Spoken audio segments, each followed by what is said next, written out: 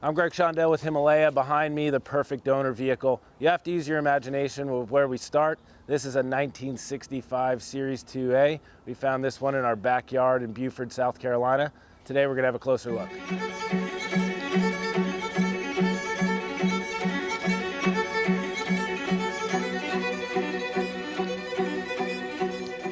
The chassis of these 1960s vehicles are certainly prone to corrosion. This one, no exception. You'll see it's completely rotten and beyond its age. We'll replace all of that. We'll add larger axles for better performance, and we'll upgrade everything underneath.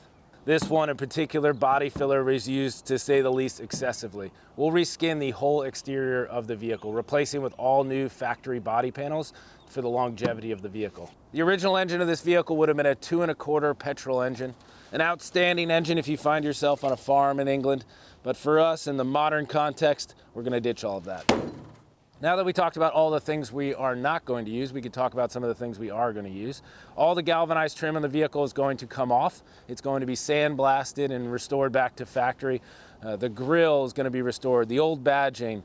We are going to save the tub of the vehicle. That's going to be the entire floor of the vehicle. It's going to hold up those brand new body panels. The seat box is going to be saved. One of my favorite pieces of an original 1960s Land Rover is the cast door hinges. You can use later model door hinges, but for us, those are a must. So those are absolutely going to be restored off the vehicle.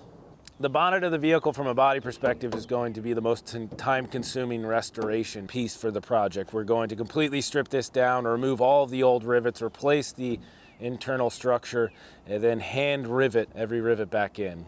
Beautiful touch when it's done, but a tremendous amount of time. Now on the inside, we talked about we're going to get rid of that bulkhead. As you can see, there's corrosion all throughout. We are going to restore the gauge bezel. This is not something you can get. We're going to restore that. We are going to replace it with upgraded gauges. All of these other little panels will be utilized for different accessories. The seat box of the vehicle under these old seats will be restored, and the entire tub of the vehicle will be restored, which is going to hold together those factory replacement panels. Most of our clients go with soft top vehicles. For those that want a hard top, we can certainly do that. This one had a tree fall on it, and unfortunately, it'll probably be the last time we use this top.